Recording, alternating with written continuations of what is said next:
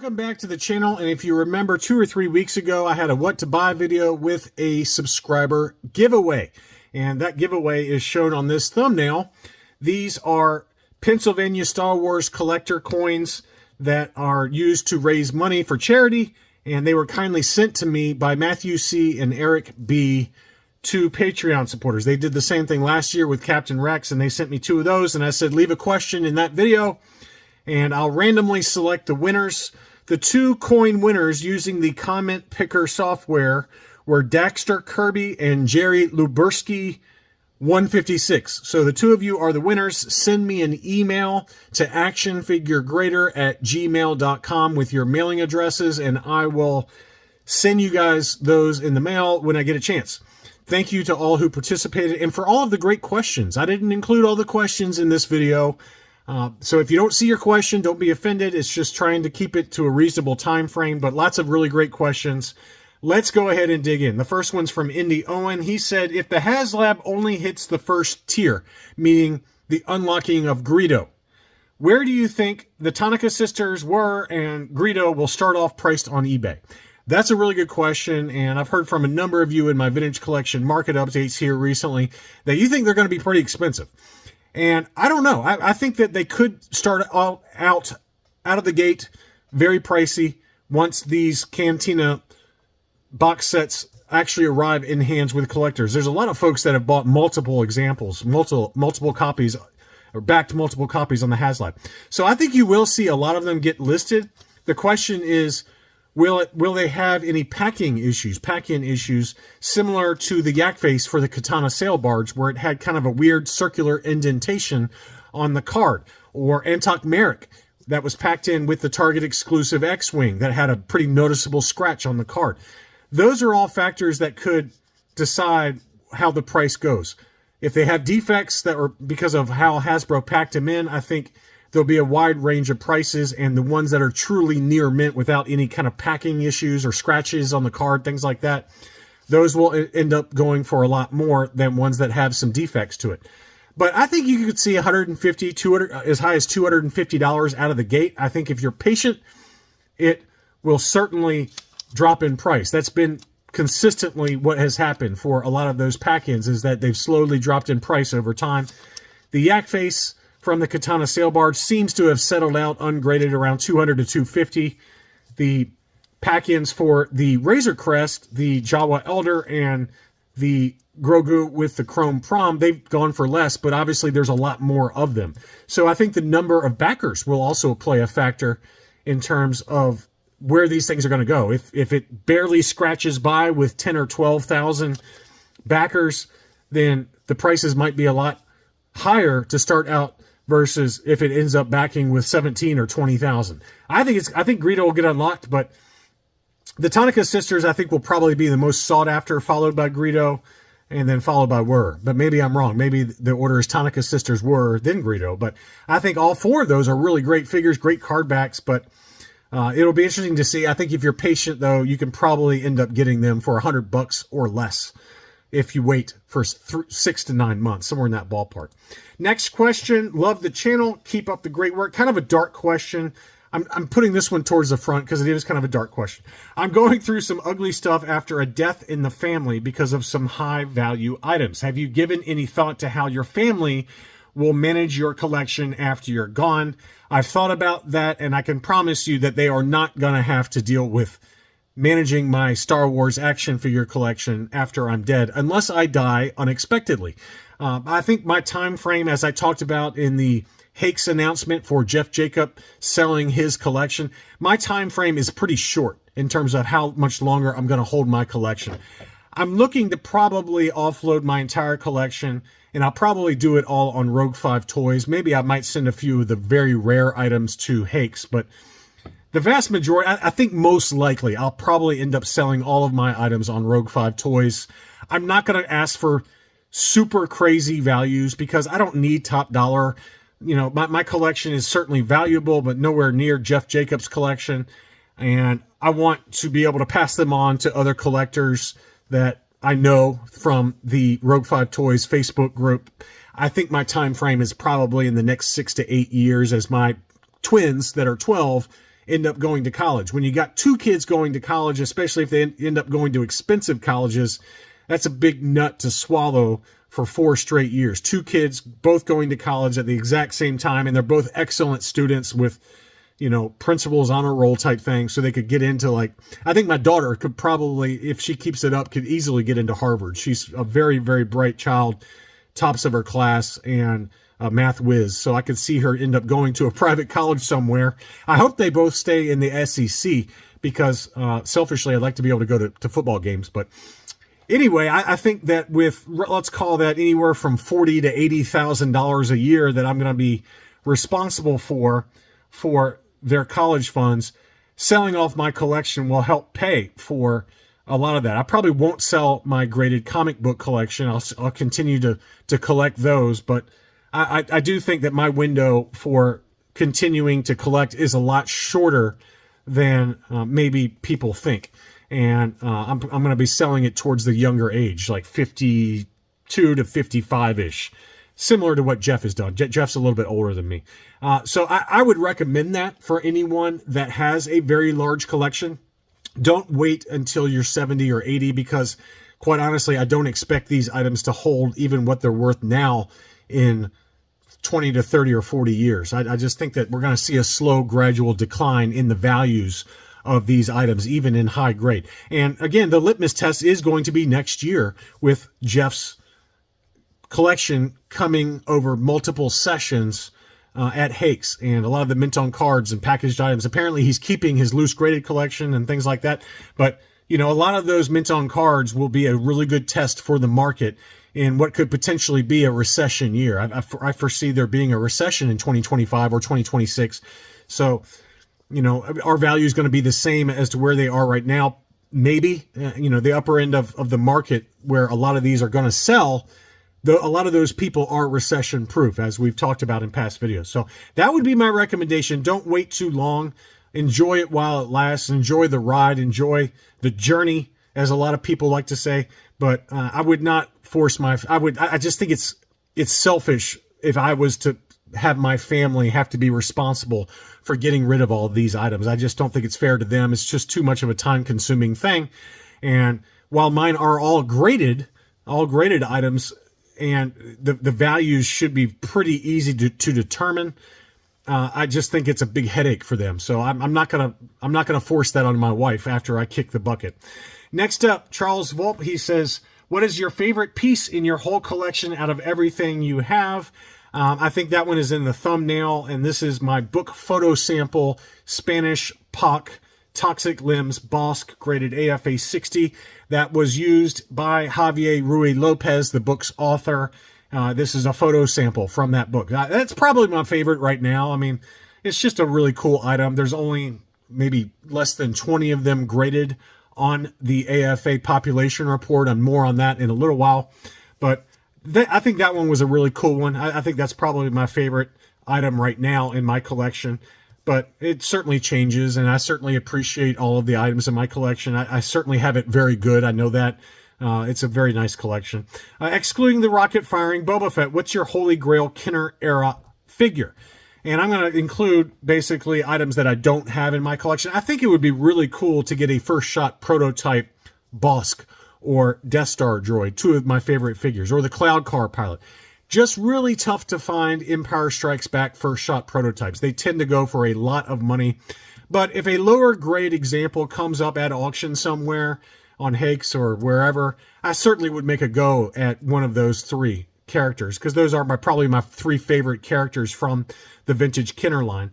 So I think it would be really cool. I've already got a Revenge of the Jedi proof card for Bossk. I wouldn't mind having a Revenge of the Jedi proof card for, and I also have it for the Cloud Car pilot. I wouldn't mind having a Revenge proof for the Death Star droid. That's another item that's very easily attainable and well within my budget if I have some fairly disciplined financial wherewithal, if I knew one's coming up. So those 2 would probably be my favorites. It would be a first shot prototype Bossk, and a Revenge proof Death Star droid. And I think that will definitely be a goal. The Revenge proof Death Star droid is definitely a goal of mine for next year. Which vintage Kenner mock is currently highest on your wish list? I don't know if I really have one.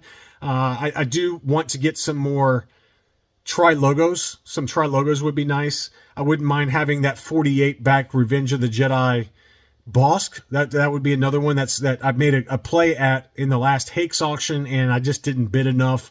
I just didn't feel comfortable bidding enough because it did have some ink check marks on the back of the card. So I think I'm going to hold off and wait for one that's a little bit nicer. I wouldn't mind having a 20 back secret action figure offer for the Boss mail away for the Death Star droid. That would be another one. So those are a few, but in terms of tri-logos especially, maybe some more of the last 17, maybe some of the main characters like Luke Bespin, and Princess Leia, either regular first 12 or Leia Hoth or Leia Bespin. Any of those or Han Solo on a tri-logo would be nice. So any of those would be really nice additions. But quite honestly, my mint on card collection is about as big as I'd like to have it. I just counted for this question.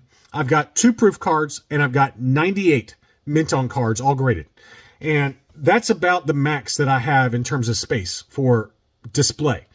Could I add more? Yes, and I think that question will come up here in a little while. But I just want to only collect what I can display. I don't see the point in having drawers full of mint on cards. I could afford it, but I don't necessarily need it.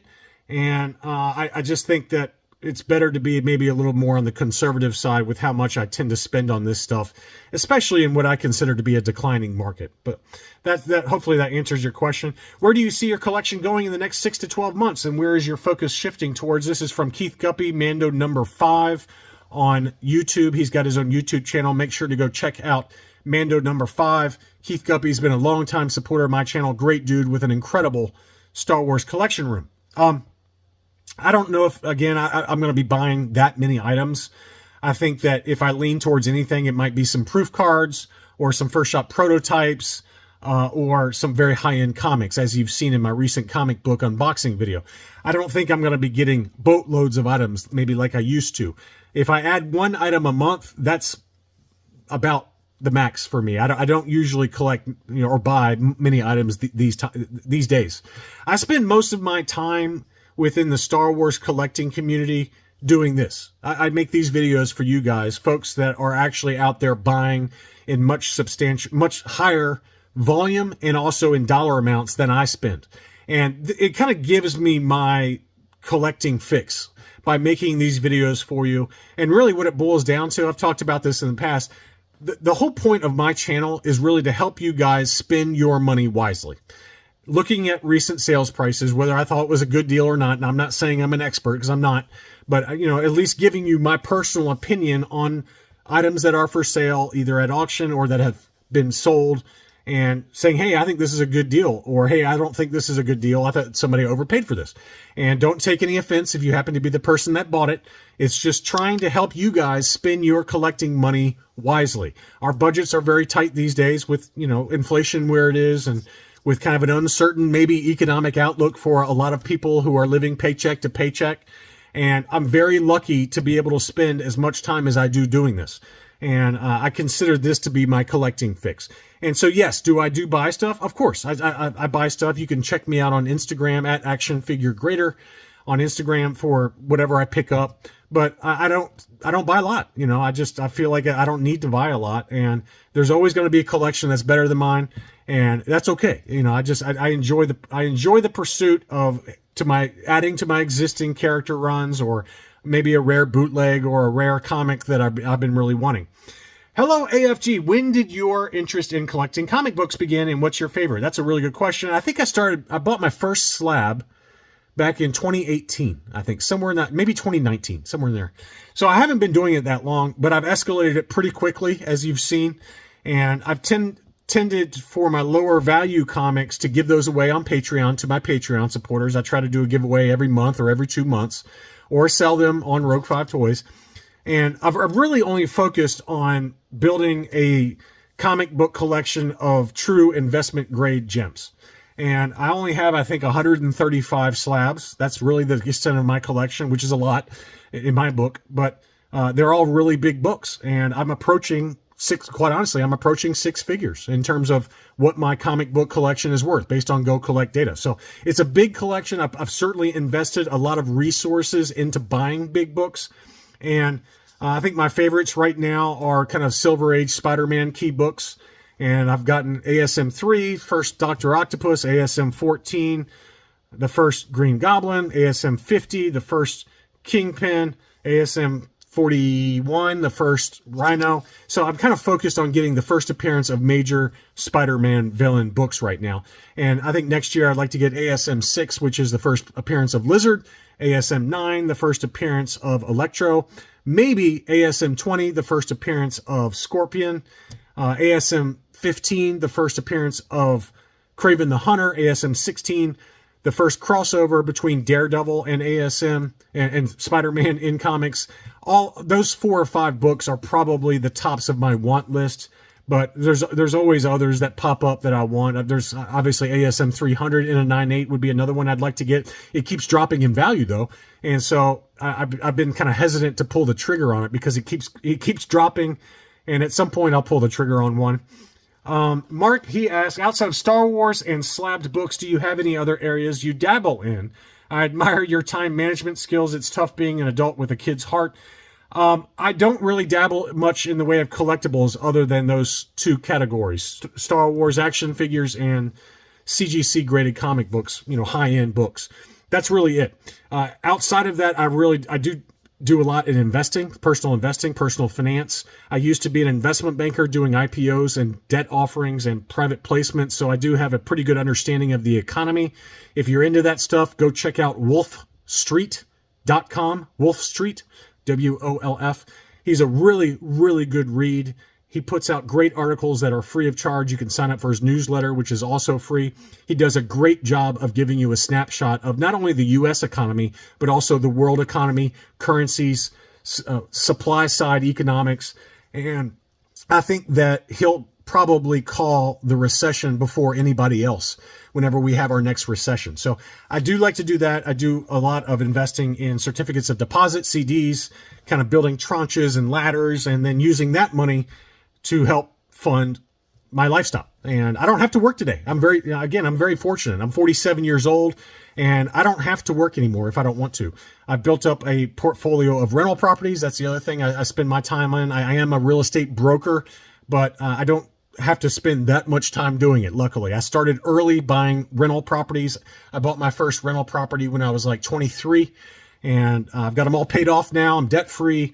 And it's, I sold my business back last year. I sold my real estate brokerage last year and the office building with it. So I'm very fortunate to be able to spend the vast majority of my time doing this with you guys. But, outside of that, I manage about 70 rental properties, not all of them my own, but I just, that's really where I spend my time. And I'm very, very lucky to do that. And I know that I'm lucky. So thank you guys for allowing this channel to be what it is today. Quite honestly, I probably would have shut down the channel a long time ago, but because you guys as Patreons and because you guys use those affiliate links for my what to buy videos and help support my efforts to make these videos, I just feel like I owe it to you guys, quite honestly. I'm not horn tooting, okay? I'm not trying to look for, gratitude from you guys. That's not what I'm doing. I'm the one that has gratitude for you guys. You guys force me to try to produce a video almost every day and to provide what to buy videos and support to my Patreons with buy it now alerts. And I owe it to you guys to do that, just given that you guys help support the channel. So I'm really lucky to do that. I mean, this is every person's dream, is to run a YouTube channel. And I don't pretend to have the biggest channel in the world, but it's big enough for me. If it doesn't get any bigger ever, at all, I'm very, very happy with the size of this channel, and more on that in a little while. Great show as always. My question is, do your kids get embarrassed of your collecting, or do they think it's cool? So again, to kind of tie into the last one, they actually think it's really cool. They think it's really cool. So my kids' school had a career day, and I thought it would be cool to not do it on real estate, which is kind of where I spend the vast majority of my real time, or on personal investing, which I think every high school should teach that. I don't know why they don't.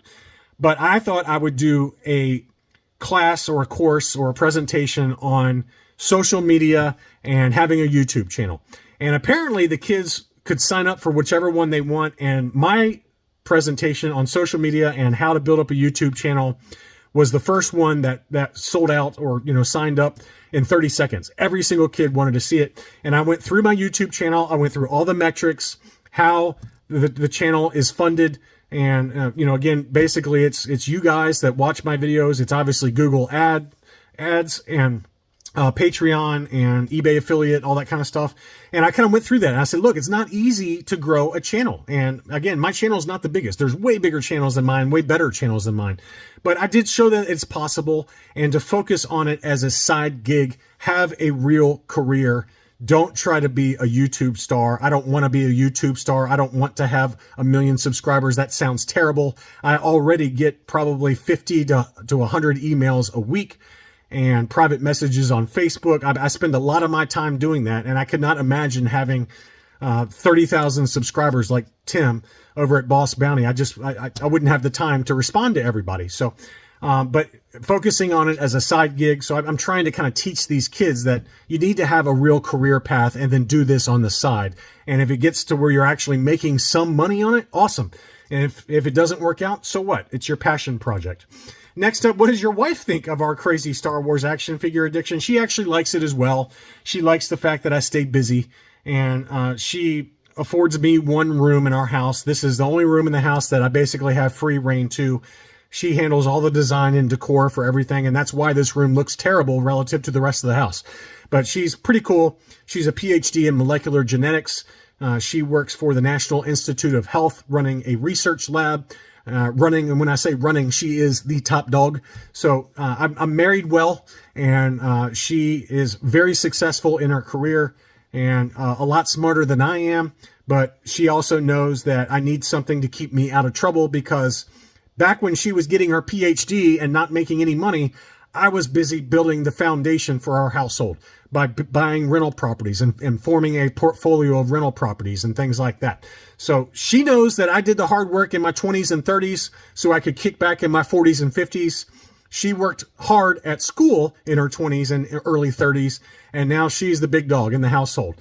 There is a very specific pecking order in my household. My wife is number 1. She's the alpha dog. My kids are number 2, tied for 2A and 2B. Then the rabbit, then the goldfish, and then me. And I'm okay with that. I take out the trash, I do the dishes, I do the laundry, and I keep my mouth shut and try not to piss my wife off. That's literally all I do. Next up, which mint in sealed box, playset, vehicle, etc. do you think is the best value out there right now? This is from terrific Jim Walsh. Thank you, Jim. Patreon supporter and friend of mine. I don't know. That's a good question. I think graded mini rigs are really cool. They don't take up a lot of space. They are just a box, so that keep that in mind. But I do like the box art on those. I think the Wampa is another one. The Tauntaun is another one where I think if you're lucky, you can probably pick one of those up, factory sealed, and grade it yourself. Just look for obvious damage, things like that. I think those are the ones that you can find ungraded, still factory sealed for a reasonable price, grade them yourself, and then actually have some money left over in terms of equity, so to speak, in those items.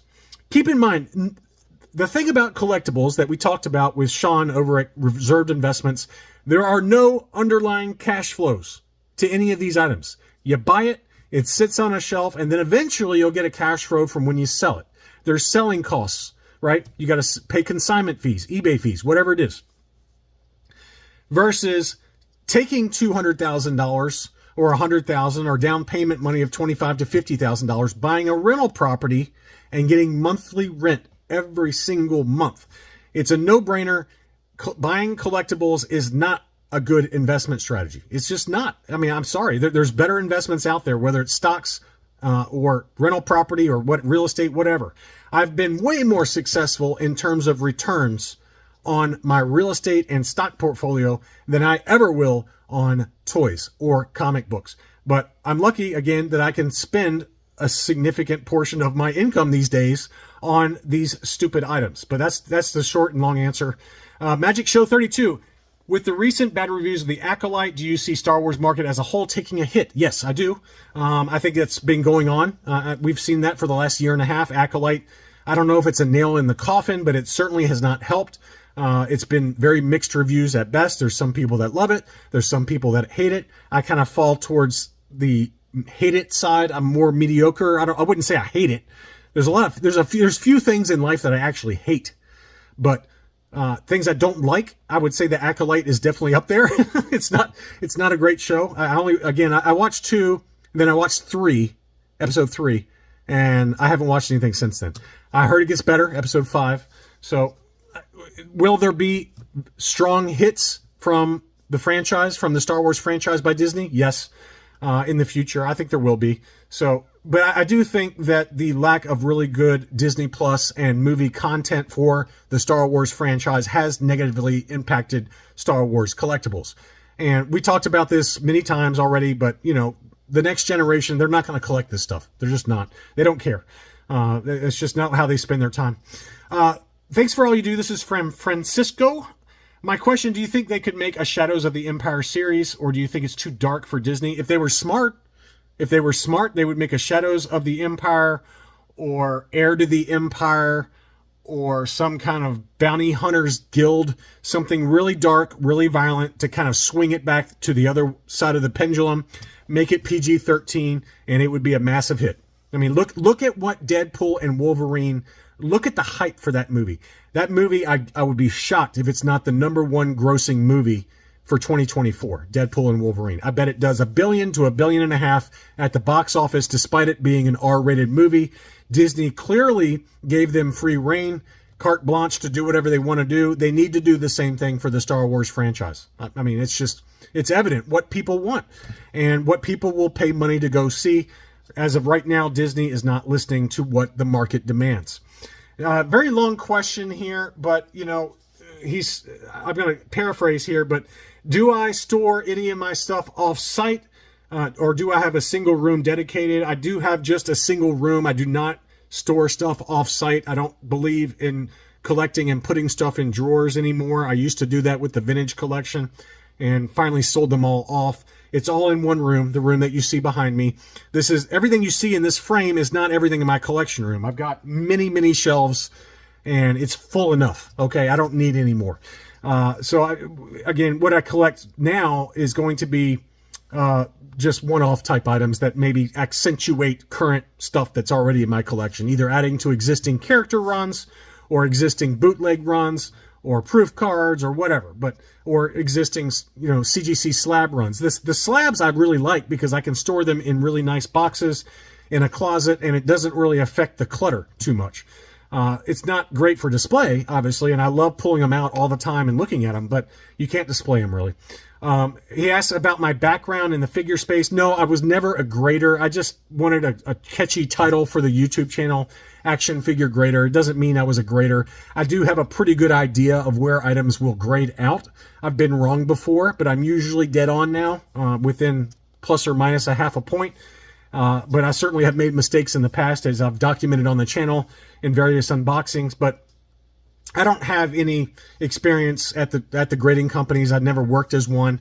My background was just, again, as an investment banker, and then in real estate as a real estate broker and investor.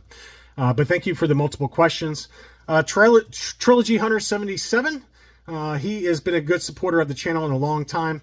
He basically asked, does the fact that AFA's population report being available again, will that affect prices moving forward? We've talked about that, and I agree. I think that especially when Jeff Jacobs' collection gets listed, when we see that it's one of the top 3, it's one of one in terms of an AFA 90 plus or whatever it is, it's going to affect prices. It really is. I can tell you that for some of the items in my collection, whenever I go to resell them, I'm going to pull up the population report, and if it happens to be one of 5 or one of 6, like my Spanish POC AFA 80 Tusken Raider, as of right now, it's one of 6 that's been graded by AFA.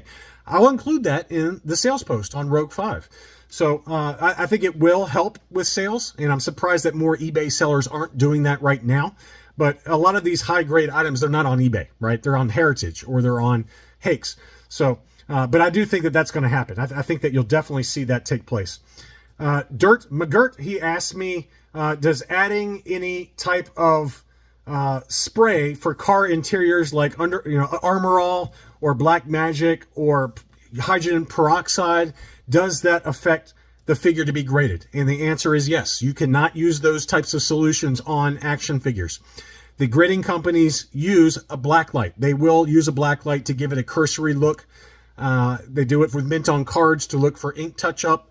And if it has been chemically altered with peroxide or Under Armour or black magic, things like that, it will get rejected. And that's just a fact. I've never had it happen to me, but I've had collectors that have had that happen to them. They've bought a Stormtrooper on eBay that was bright white, and they're like, oh my God, this is the cleanest one I've ever seen. I'm going to send it into AFA to be graded, only for it to be rejected because it had gone through hydrogen peroxide.